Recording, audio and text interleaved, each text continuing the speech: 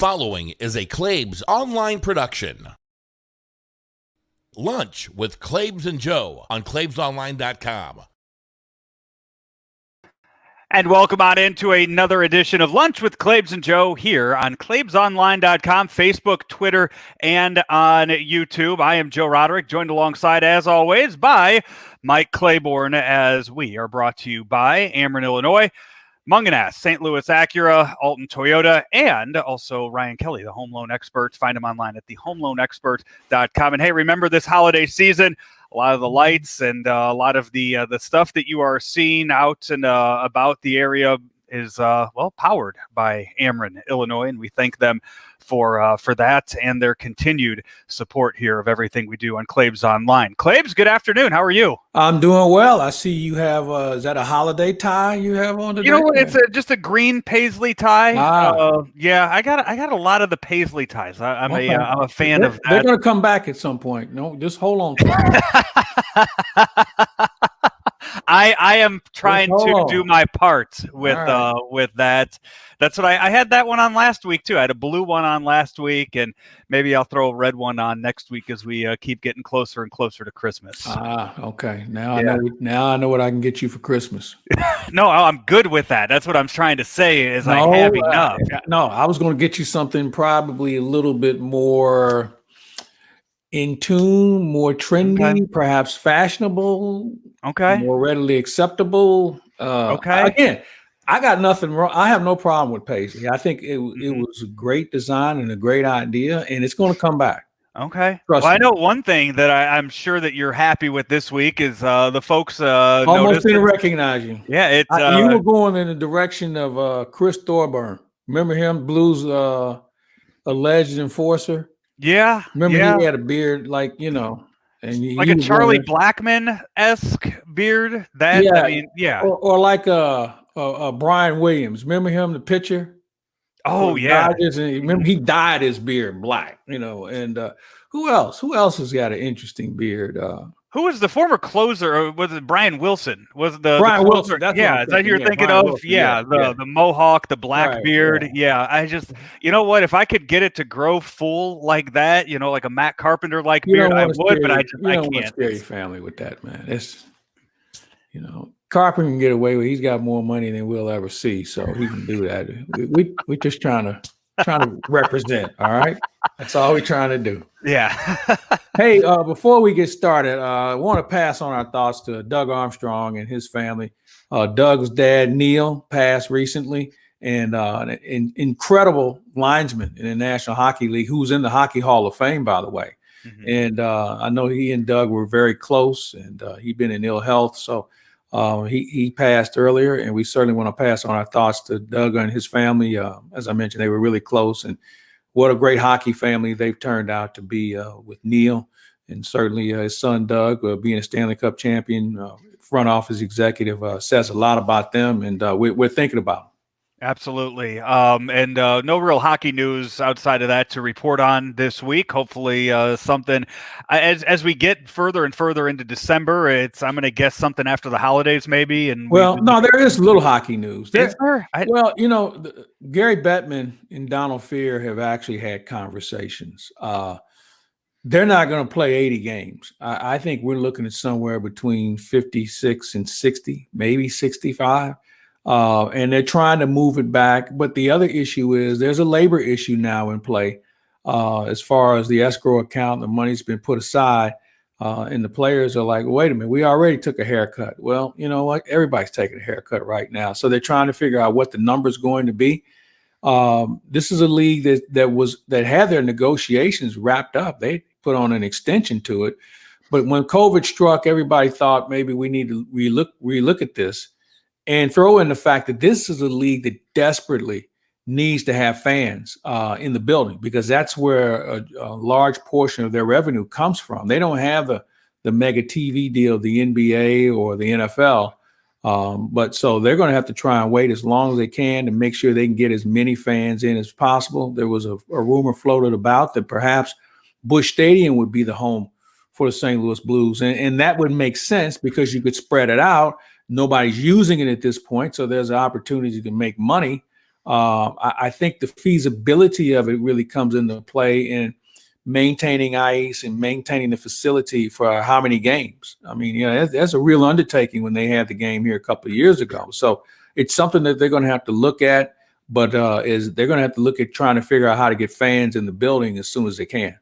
Yeah, that, and we don't know how many games total we'll get in the NBA season. We know that. Oh no, NBA. Yeah, they have a schedule. They do, but they only have the first half of the schedule. Yeah, and right. Part of that is because we don't know how many games are going to be canceled, postponed. We don't know if there's going to be a shutdown. I mean, just today, I don't want to call them the Toronto Raptors because they're not going to be the Toronto Raptors this year. They're just the NBA's Raptors. No, they're going to play. It looks like they're going to play in Tampa. I saw there was a logo leaked of a raptor biting a palm tree, and it's I don't know where in Tampa they're going to play, but it looks like they're going to be down there somewhere. But 3 members of the Raptors have tested positive, so they've shut down all of their operations right now, and it's just going to be rolling. I would imagine like the way baseball was this year, where a few teams get shut down for a certain amount of days, and when that's why the NBA is only releasing half of their schedule right now, and then figure out what to do with that second half of the season. So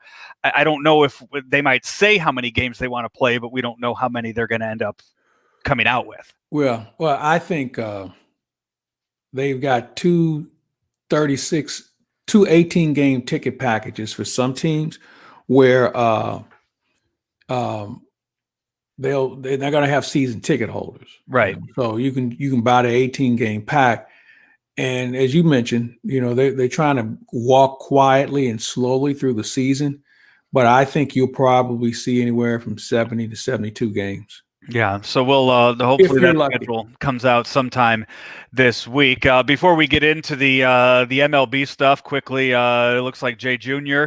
is watching the program today, as he has felt the need to chime in on our apparel for things. I'm not sure. The last time I've seen Jay in a tie, so I don't know if he's one to speak on what you and I are wearing. Well, I'm trying to think. Was it?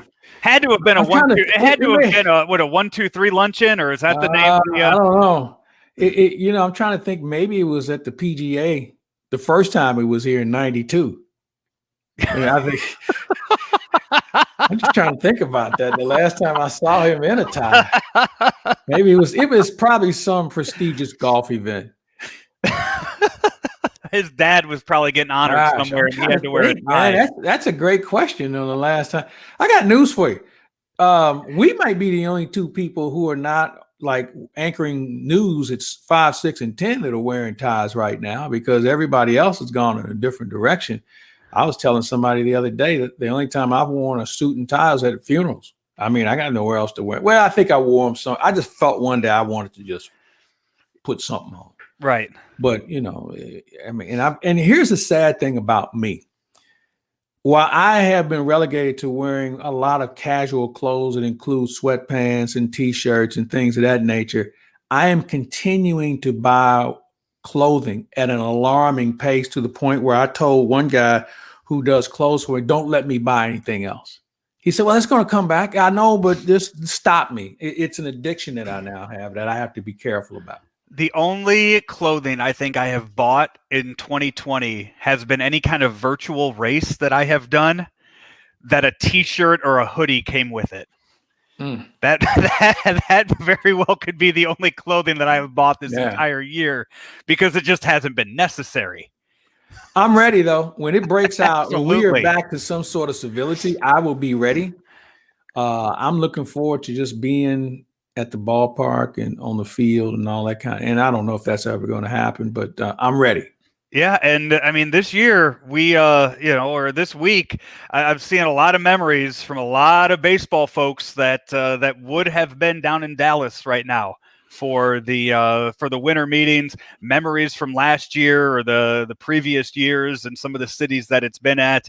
And right now, this year, it's all virtual. And I don't know. You tell me, is there any media coverage? Is there any? Are there press conferences? Is Mo or Schilt or either one of them talking to the media this week? Every day.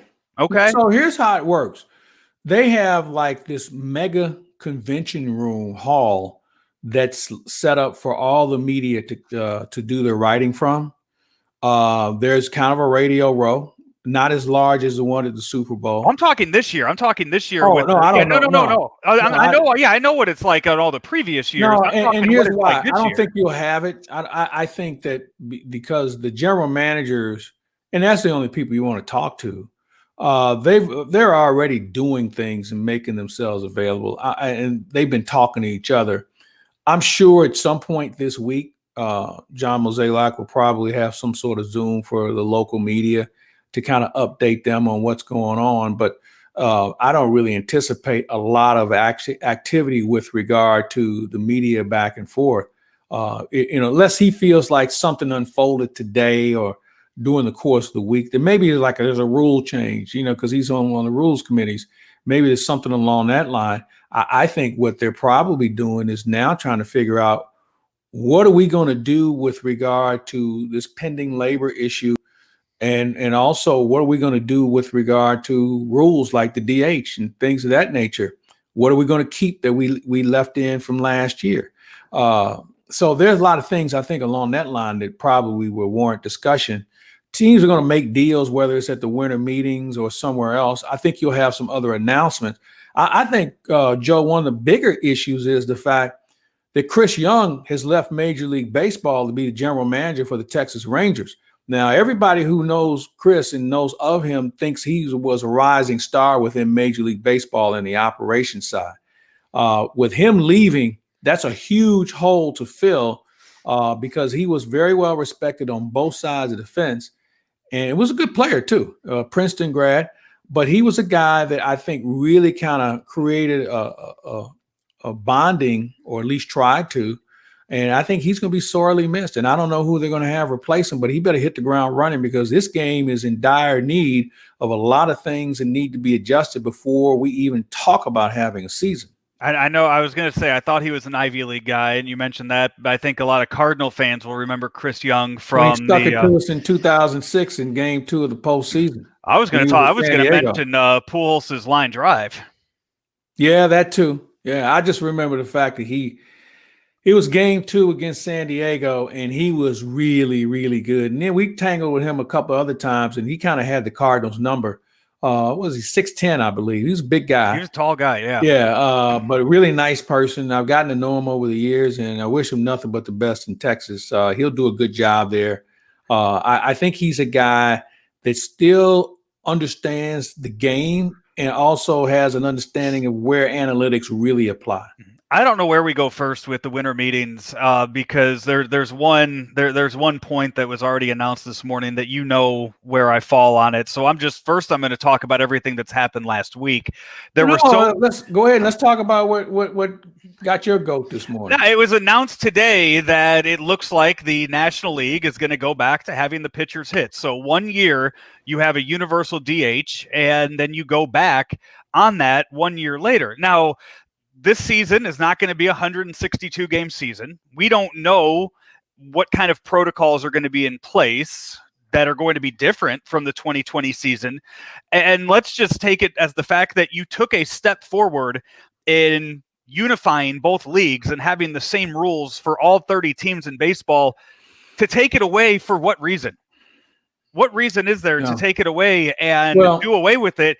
And with all of these free agents that are sitting out here, with all these players that have been non-tendered and are now looking for homes, you have just taken away an extra bat for 15 of those teams that now has opened up lessened job opportunities for guys like Marcell Ozuna or Brad Miller, or just name a guy that should be a DH in baseball. Well, it's a bargaining chip the owners have elected to use.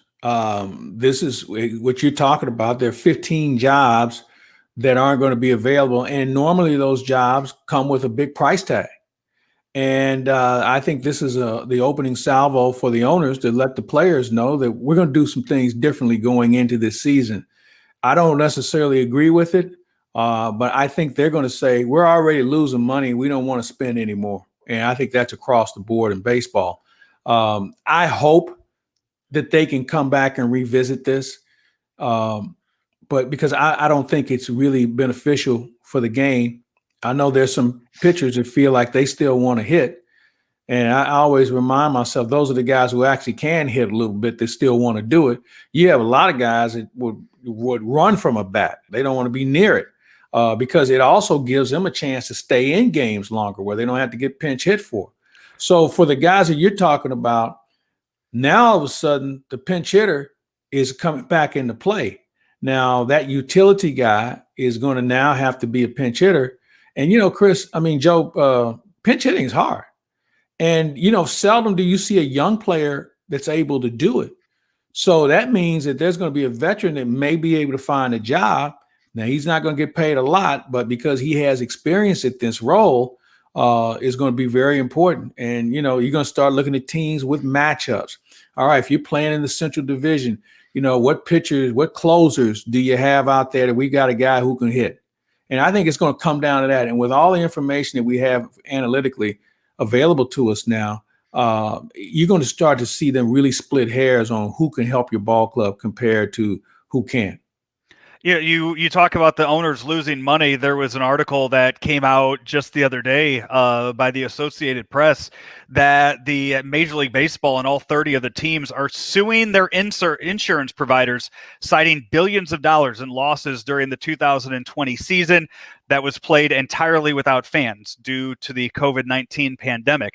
So this, I feel like, is going to just cause another ripple effect throughout all of baseball that's going to go all the way from the owners down to the players and hurt the game even more, because it's just going to cause even more fighting between the two sides. Because let's say the owners get back all the money they claim they lost, the players are then going to want all the money that they didn't get from this past year, and it's going to cause even more tension between two sides that don't have an agreement right now for 2022. Well, yeah, you're right. I think that there will be some leeway here where the owners will probably share in some of that money lost. But I think the other issue that comes into play here is the fine print. And apparently, the insurance companies, and I know what they're saying, if we start writing out checks to you guys, we'll be bankrupt. Well, you know what? That's what insurance is for, right? Right. So I think it's going to get messy. I agree with you. Maybe there's some middle ground where they can reach a settlement where they don't get all of it back. But I think that there's going to be something that everybody in this country ought to be paying attention to, because if the big boys go to court over this, then can you imagine the trickle down effect where we could even see something like this reach the Supreme Court as far as precedent setting with respect to pandemics and what is covered and what isn't. Now, if you go back to Wimbledon, they had pandemic insurance and they got a check for $140 million to cover the event. So and it's interesting. They spent $2 million a year on this insurance policy, and they had it for like 17 years. Little did they know the rainy day arrived and they had a big umbrella to cover themselves. But again, I think we'd all have to look at the fine print. And even if we saw it, we wouldn't know what it meant. But I think that the ripple effect of this could be devastating and certainly rewarding for a lot of people. Yeah, the article states, as you mentioned, a lot of lawsuits, over 1,400 lawsuits have been brought against insurance companies regarding business interruption claims related to the pandemic. So probably more to see those coming over the years. Do you expect anything to happen this week at the winter meetings? We've seen so many. I've mentioned it a few times. We've seen so many players non-tendered. We see so many free agents out there. And also, too, as Peter Gammons pointed out this week, a large amount of those players are coming from American League and National League Central teams. So the Midwest, the teams in the Midwest are the teams that seem to be cutting ties with a majority of these players.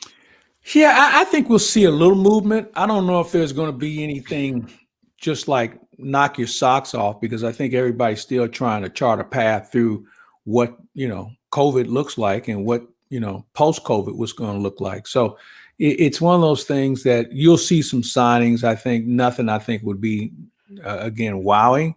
And those are teams that are looking to fill a spot here or there. We saw a trade today, Iglesias going to the Angels. So you may see some teams that are going to be active, because I think if everyone is dormant and nobody's getting signed, then I think you really messing with the fact that somebody's going to float the term collusion out, and that's going to make some people uncomfortable. So I think that some teams have to continue to do business as they see it, and they'll leave the big signings to someone else. Yeah, it was Roseli Iglesias went from the Reds to the Angels. In return, the Reds get back a player to be named later and right-handed pitcher No Ramirez.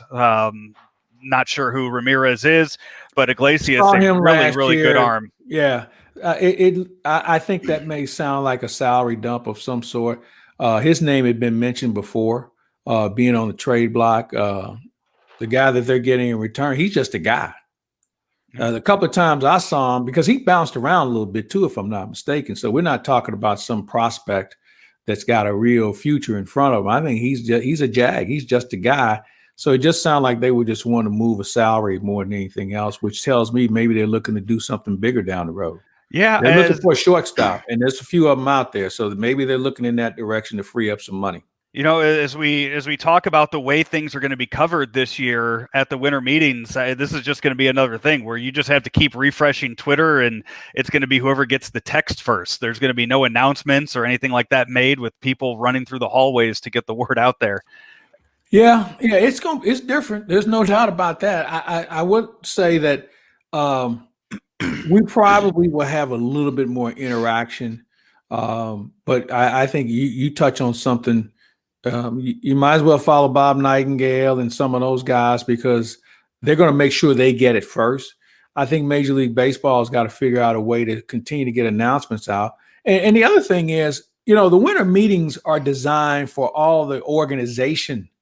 So that we're talking about the trainers have meetings, the traveling secretaries have meetings. Everybody who has an arm or a part of the ball club is meeting in their own separate groups. And that's really what this thing is about. Now, the one group that's going to be hurt by it are the young people who are looking for jobs, because they have a huge job fair out there every year. And they have a separate building just for all the job candidates. And you also have exhibition hall with all the newfangled items, equipment-wise, that are going to be on the market that maybe a team might be interested in. That's a huge event as well. So there are so many things. There are a few thousand people that show up at this thing. It's a major undertaking. And I don't think the other sports have one of the magnitude and size of this one.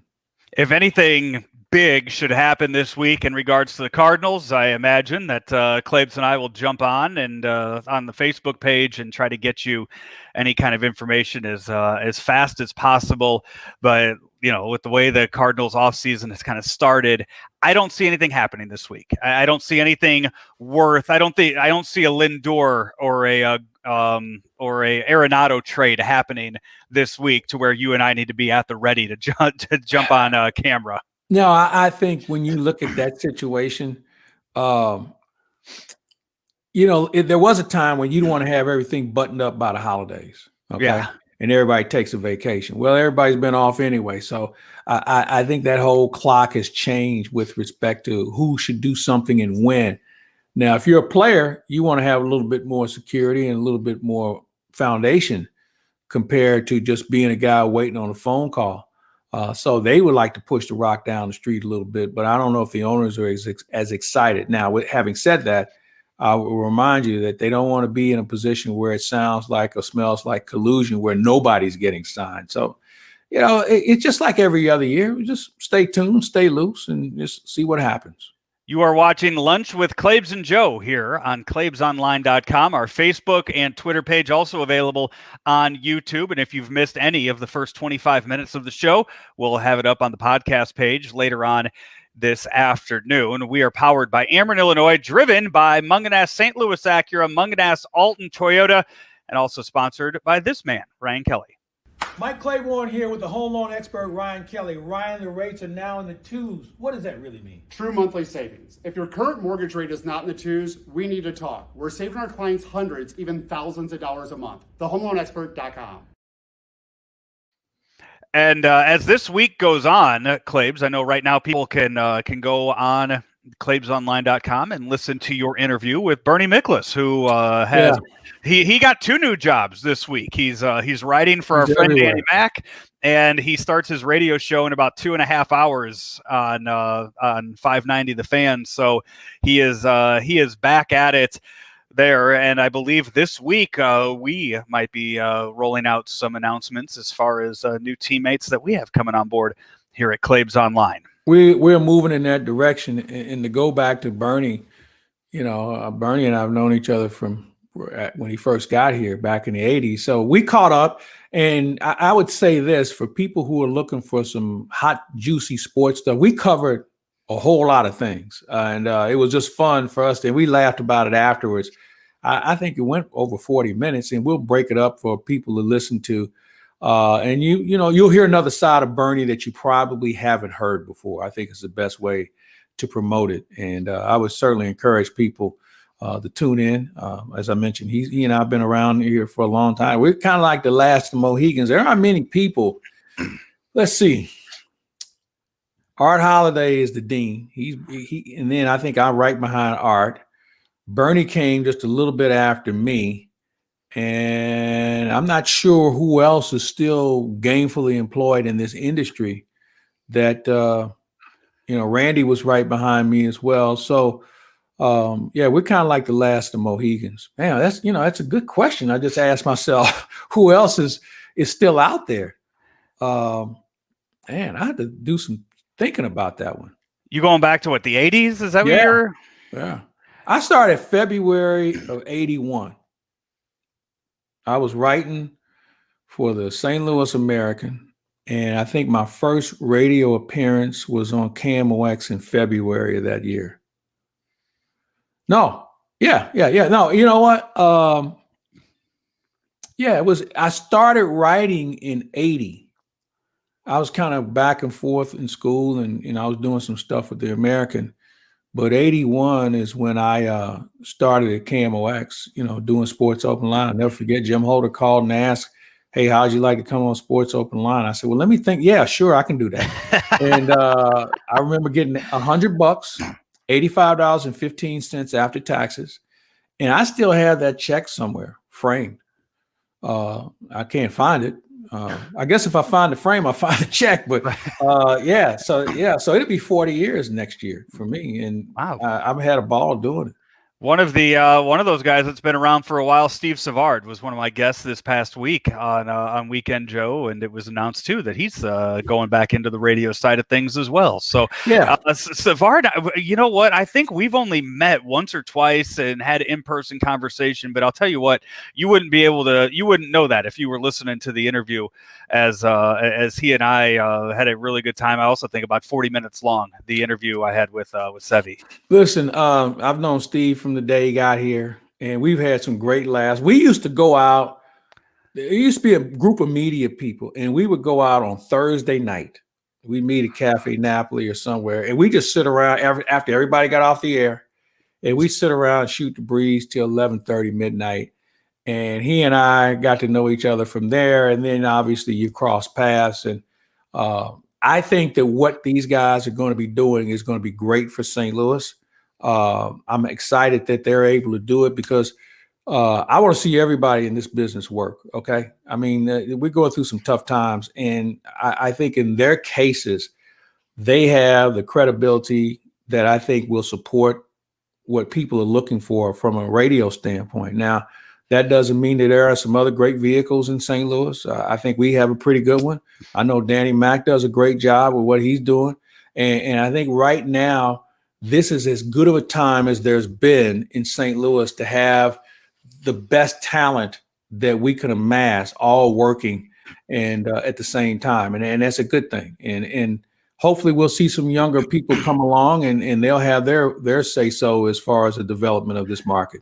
You know, one thing that I've liked to ask a lot of the guests that I've had on lately is a new trait that they've learned over the last 9 months of this year. And I think that, that goes for what you and I are doing right here. The show that we put on every Monday, when we started what we're doing now back in March, when we, relaunched the website the way we did, the stuff that we're doing on this website right now, the stuff that we're putting out on social media, we had no clue how to do what we were doing. Well, it was just strictly, we would get on, we record a few stuff here and there, and it has progressed more and more as the months have gone on.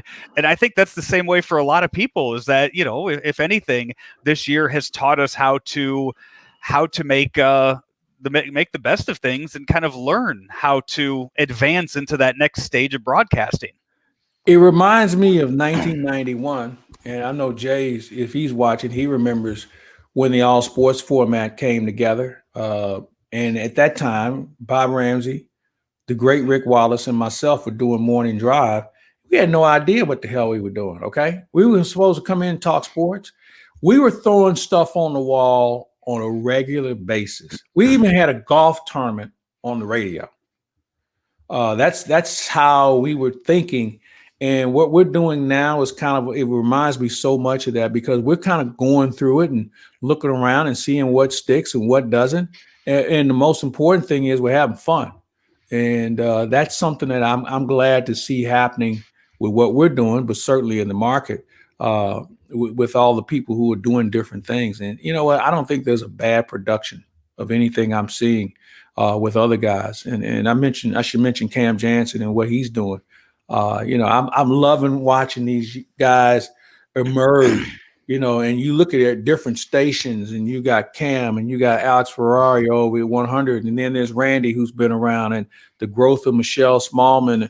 There's so many people that are really having an impact, and they're doing it, in my opinion, the right way. I think that there's a way that can be a little caustic and aggressive that sometimes doesn't pan out. And you can still get the job done in a manner that people are doing it now. And I'm happy for everybody in what they're trying to do. Absolutely. Hey, back into a few other things before we wrap things up here. Let's get to this football, man, because you know what? I'm pissed off about. I know I lost at least 2 games yesterday.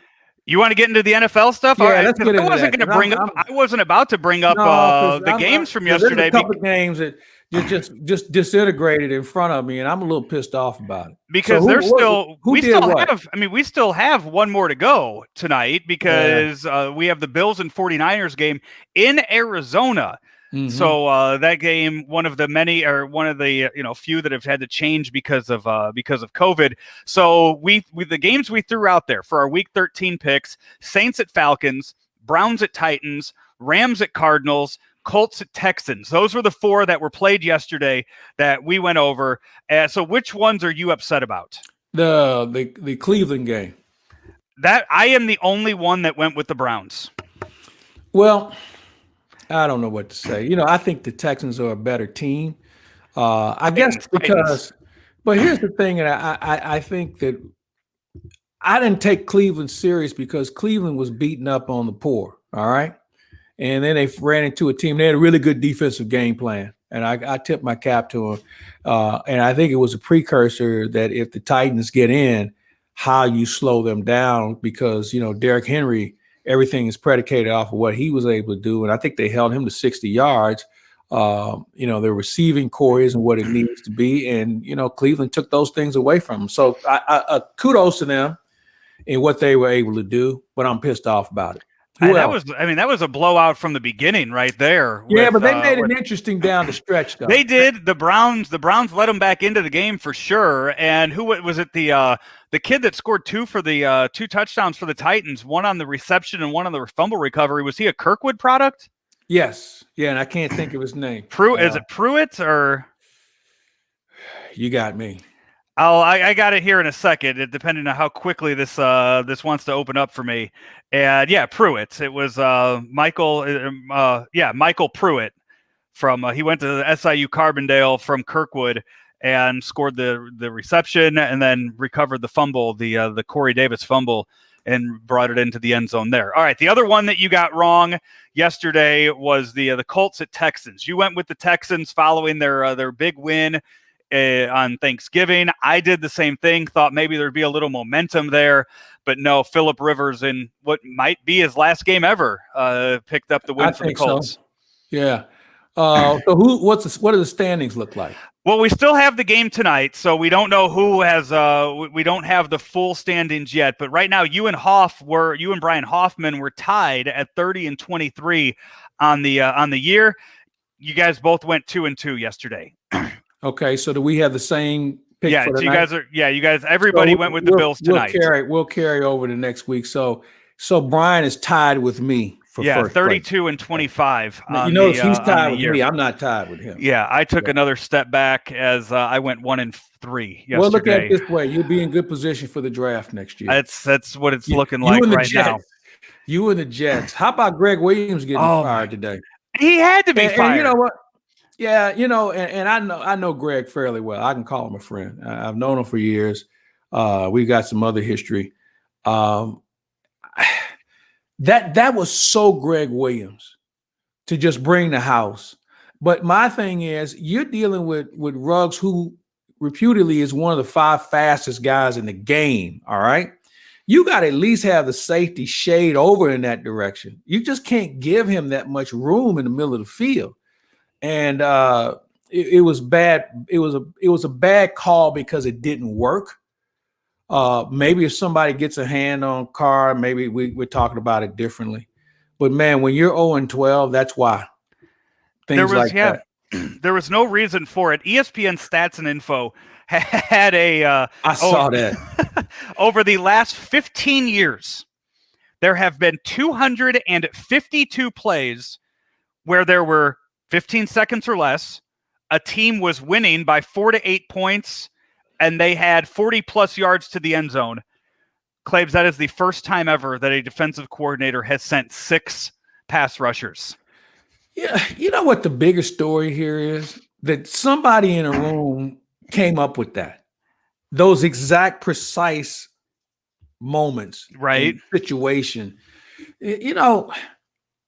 I would assume a computer found this, but somebody had to enter in the information, which tells me that there's somebody's. Well, he's obviously got a pretty good job where he's been allowed to do it, but somebody's got too much time on their hands to come up with something like that. Right. And I mean, if you are a player out there on defense and you get this call, is there not part of you that thinks maybe one of us should? I mean, is there any thought by any of those defenders to maybe stay back, maybe think, am I hearing this wrong? There's no way that they're doing this. And think maybe we shouldn't listen. Maybe we should. If you know Greg Williams, you don't really have a choice in the right. Greg Williams is still one of the last guys that will get in your face and will challenge you. If you want a fist fight, he'll give you one. I think, and I don't know what the timeout situation was then. I would assume that the Jets were out of timeouts. But man, somebody's got to think about it. And if I'm the captain of the defense, I'm like, you know what? Screw this. We're going to do this and just take the heat for it. Did you get the win? Yeah. Yeah, just take the heat for it. But it sounds like a dysfunctional environment as it is. So I don't know if it would have helped at all. I would say that was probably the most shocking play of the day yesterday, game, I should say, of the day. But you saw the Bears collapse. Again. You know what? They're done. They are. Yeah. Matt Nagy probably should be fired. He should. Let me ask you this. Fire that GM first. You know, when you look at these teams, if you're Trevor Lawrence, who everybody thinks is going to be the first pick, do you say to the Jets, don't draft me? Because you don't know who the coach is going to be. I mean, now maybe they find a coach that Lawrence says, well, okay, I can play for this guy. But you don't have any player. Well, you got that big tackle. And that kid's going to be pretty good. So you've got a base, but you're just so short in so many areas. If you're Trevor Lawrence, do you do the Elway or the Eli Manning and say, don't trade me? Don't trade for me? Now, who wants to be traded out of New York? That's what I was shows you how bad it is. going to say that I don't think that happens because I think Trevor Lawrence, if you're drafting Trevor Lawrence, you're allowing him some insight into the new head coach, right? You know that you're going to get an offensive-minded head coach that is going to help you learn how to play in the NFL. If not a head coach, you're going to get some really good quarterback coaches there to help you out in that situation. And some line coaches. Right. Maybe you get a few line coaches. You better get a couple of them too and some players. Maybe you get an extra second or third draft pick, round draft pick too, because you have to trade Sam Darnold out of there. Maybe you get a few extra picks, so you get a few extra players. on top of that. But you got to imagine if you're going to New York, you're going to have more marketing, more money-making possibilities. And I don't know about that. I think that used to be the case. I think he's going to make money no matter where he goes because he's Trevor Lawrence. He's going to make more in New York than he would in Jacksonville. Maybe. But see, I would tell these teams, hey, look, don't trade for him because you know what? He's got the one advantage. I'm going back to school another year. I'm going back. You can draft me if you want to, but I'm not coming. Right. And I always thought that wasted a draft choice. I thought that Trevor Lawrence could have been the perfect example for a guy that opted out of that a college football season to go to the XFL. I thought that would have been a great possibility, a great option for him. You go to the XFL, you play against other guys but it's not a possibility anymore, but I thought that could have been a possibility for him to do. You get paid. You get a chance to be on national TV still every week. You only have to play 8 games as opposed to whatever the season is. I thought that was a possibility before everything that happened this year. I cannot put my future in hoping that a future bartender or bouncer is going to be able to protect me where I don't have somebody roll up on a knee and I get hurt and I'm done. You can't take that risk. You think it's not worth it. You think his offensive line at Clemson is better than whatever the offensive line would have been with the Battlehawks? I don't think there's any doubt. It's just, and the thing is, you don't have I would no. There's not a chance in hell I'd be playing in the XFL if I'm Trevor Lawrence. There's nothing to gain from it. I feel like all if you have 8 offensive linemen on your team, every one of them had a shot at a practice squad or a tryout with an NFL team. There is my argument. He wasn't good enough. I don't think all 8 of your Clemson offensive linemen have that opportunity. But that's something that's more controlled with regard to the skill set. Clemson is the best team in the country, or one of the best teams in the country, and they have some of the best players in the country. And I think that works better for them compared to playing in a fledgling league where you don't know who's got what. There's not a chance. His parents would block the door. Where I would step in front of the door to prevent him from doing that. There's nothing to gain from it. What do you gain from it? You get money. The money you actually get paid. Do you really think he's hurting for money? I think he gets paid to play for that year. He's on ESPN. He's on Fox the same way he is now. Less games. Joe, we're talking about the first player picked in the draft. Money in this situation is his least concern. The money he can make just marketing off the field by just being Trevor Lawrence is going to be more money than he's ever going to make in the XFL in that year. I guarantee it. Between the car deals and the endorsement opportunities and everything else leading up to and including the draft, that's the last thing what about the shoe deal he's going to have? The shoe deal would all still be there. That would all still be there 1 year in the XFL. But why play in a league that can't? No. You're going to see it. I mean, you've already started to see it. There's not an agent in America that would allow that to happen. You've started seeing it happen in the NBA. You've seen players that have opted out of playing in college and they've gone and played overseas and then come back and they've been a top pick. You've seen it. You've seen that trend already start in the NBA. I think that trend will start in the XFL. Different story, and here's why. The skill level in Europe is far superior to anything football-wise would have. I mean, these leagues have been at it for a while. They're sprinkled with American players and very sound fundamental players. So that's a different situation than having guys. See, those leagues are professional leagues, okay? Just because they don't all play in the NBA doesn't mean they can't play. And the reason being, there are enough of those guys starting to come over and play in this league. I don't know how many XFL guys are going to flourish in the NFL because they've already had their chance in most cases. We've had 2 or 3 guys that have had a chance to break through this year, and I'm happy for them. But again, there's not a chance in hell that a top flight potential draft choice is going to play in that league for the money or the exposure. It's a no-win situation for them. I did see. I saw Howard Balzer tweet out earlier that the kicker for the Battlehawks just signed a deal with the Denver Broncos. So that's Well, here I they know it's come. just the kicker. I know it's just the kicker. Here they But come. I'm saying, hey, one of the fan favorites with the Battlehawks I'll tell you is what. going to be in the NFL. Hey, 3 games tonight, or 3 games left in Week 13 at 3:00 today. You have the Washington football team taking on the Pittsburgh Steelers. Monday, that's on Fox. ESPN tonight is Bills and 49ers. And then Tuesday night football, 6:00 tomorrow, Cowboys and Ravens to wrap up Week 13.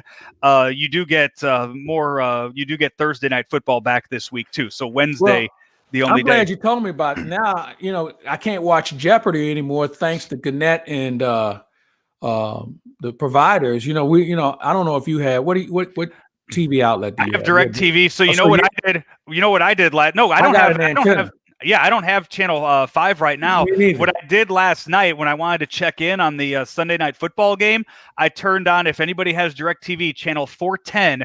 It's Telemundo, and you get the Spanish version of the game. Okay, so you learn 2 things. You watch the game and you learn Spanish on the fly. I just wanted to know what the score was. Yeah, I just wanted to know what the score was. I'm going to give you another way some to do wrestling last night. Pat McAfee, the former punter, now turned radio guy. He is in the WWE now, and he's phenomenal in it. That man is he's a talent right there. That man could do it all. Well, here's another bit of advice. You can go to Best Buy and get an antenna for like $20. Plug it in the back of your TV, put it in the window, and you can watch Channel 5. That's if you really want to watch it. Are the games available on the Peacock channel, on the Peacock app? See, I don't really. It ain't that serious to me. I'll be watching Below Deck tonight and working out. That Monday Night Football. Yeah. I enjoy it because I like the broadcast crew. I think sometimes they get a little over. They get overboard with terminology that 99% of the people who watch a game wouldn't know what the hell they're talking about. But overall, I enjoy their presentation. So I'll watch a little bit of, but I watch Below Deck on Monday night. There was a crew yesterday that I was enjoying their commentary, and I watch the Red Zone channel, so it jumps all over the place, and I don't really get to focus on a lot of that. But there was a crew, and I don't know who the play-by-play guy was, but it was Greg Jennings and Brock Heward. Were the analysts a couple of weeks ago, and I can't think of who they weren't bad. No, they weren't bad. That's the first time that I have heard. That's the first time that I've heard Greg Jennings. On the call, and I liked what I was hearing out of those guys. I think we're at a crossroads in the business, and I know we got to get out of here, where the next generation of analysts has to be a little bit more fluid with respect to, because they don't have the access that they used to. And we got to get out of this mode of talking to people who actually, and I'm going to give you a good example. I used to ask DeMarco Farr, if you ever used to listen to DeMarco Farr would start using terminology that only he got out of his playbook. And one time I asked him, I said, hey, how many people you think that you talk to play in the NFL? He said less than 1%. I said, well, why do you talk to everybody like they're the 99 percentile? Because most people don't understand or don't know what that terminology means. Granted, I've been around the game enough where I can kind of figure out what they're talking about. But most people have no freaking clue. And they sit there and they nod their head. And I think this next generation of analysts has to go, in my opinion, the way Mike Emmerich describes a game and tries to give you an idea of what the rules are and what they're trying to do. Compared to, that's the old tackle twist, or that's a, gap 8-6 or whatever. There's so many things that they like to make you sound like they're experts, and they are experts on their playbook. Okay. But we don't have the playbook. We don't have it. So why don't you give us some common sense terminology that the casual fan can understand? Because I got news for you. Most of the people who watch the game, when they start getting into terminology, they're lost, but they don't look around and make sure nobody else is around because they are fucking blind. They have no idea what's going on here. All right. By the way, I don't know how I missed this. How I didn't know. It was Chris Myers was on the call with who with reportedly those two. Is in line for the Cubs job. Man, when that's hit the fan, everybody had an opinion about Chris Myers, and I don't know what I don't know him that well. He has always been really kind to me, and the conversations that we've had, whether it's been radio interviews or the times that we have hung out at Super Bowls. So I have nothing but kind things to say about Chris Myers, and if he's on the call of a Cubs game, I'll flip over and I'll listen to that call for that. But I am very excited to listen to Len Casper on the call for White Sox games. Yeah, I this think year. Len's a good guy. I've gotten to know him obviously with the Cubs and Jim DeShays, and I like the broadcast guy. Ron Coomer, who we've had on, Pat Hughes. They're all good guys, and we're lucky in our division. All the guys in our division are pretty cool guys that I enjoy being around. There's only a handful of broadcast teams I could give less than a damn about, but fortunately they're not in our division. And Len Casper, and he'll be with a friend of yours, Darren Jackson, on ESPN DJ, 1000. that's right. So yeah, that's gonna be a pretty good broadcast. It will, and they have a really good TV side too. I've said this, man. I mean, not only with the Cardinal broadcasts that the teams that we have, not only in radio, Spanish radio, TV, but just all over with the Blues, with SLU. St. Louis is very lucky to have the talent that they have on that, and you see that in many other teams, and the White Sox the same way with now what they have on the TV and radio side with Len Casper and Darren Jackson, and then Steve Stone and Benetti. I'm trying to think of what his first Jason Benetti, what they're able to bring you with that. So that did make a big splash in the world of broadcasting when that was announced about Len Casper. Yep. Are we out of here? I wanted to get into Mizzou stuff. I know they had a nice little weekend Great weekend for them. Yeah, basketball and football. Both. Yeah. I think I saw, was it Frank? Frank posted it's been 37 days since a Mizzou football or basketball team has lost. So they're on a nice little. I'm glad somebody's keeping score. There's another guy with too much time on his hands. I was going to say, and I think Frank's on vacation this week, so he's got even more time than usual. So. Hey, memo to SLU. Next time you want to play a basketball game, why don't you just call the Kirkwood Fire Department or somebody instead of bringing in Arkansas Pine Bluff? There's no excuse for them playing them. And I know scheduling is hard, but surely there was somebody closer that they could have paid and put money in their pocket. That win, it just does nothing for me. And they're a better team than that. We'll have plenty of time to talk about the college hoops next weekend because there are so many games that are being canceled. There's so many teams that are hitting the pause button on their season. It's becoming quite a mess. And nobody seems to know where Mark Emmert is. So they're waiting for somebody to step in and give them some kind of direction, and they're not getting it. Hey, we have something coming up here on Claibs Online. We're going to be bringing you we have a special that we're going to be coming out with over the next few weeks. Hall of Fame snubs. We'd love to see your opinion on that. claibsonline@gmail.com, or drop us a note on Facebook or Twitter. We would love to hear who you think, all four major sports, who you think some of the biggest Hall of Fame snubs are in all of the four major sports. We have a special coming out, a special feature coming out on that over the next few weeks that we're going to bring you. And I know, Claibs, this was your idea to put it out there. And who is there one player in mind that brought this idea to you? Yeah, it's about 3 or 4 of them. Richie Allen, or Dick Allen in baseball, Roger Craig in football, Pierre Turgeon in hockey. Those are the guys that stood out when you look at their numbers and their body of work.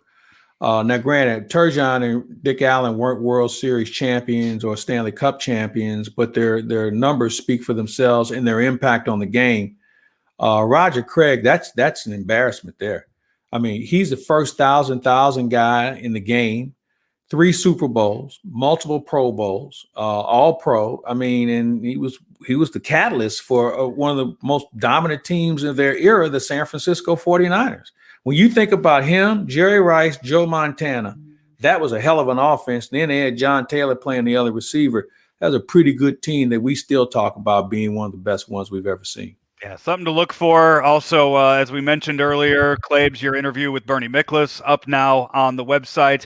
And, of course, This Day in St. Louis Sports History, as we've been all over the place, whether it be Cardinals, Blues, Mizzou, SLU, all over the place with some great memories in St. Louis sports history. That's going to do it for us today, as we almost an hour long this week. Went really long this week. Lots of stuff that we got to. If you missed any of it, it'll be up on the podcast page later today. Just search or subscribe on Spotify, iTunes, or on Google, wherever it is you find your podcasts.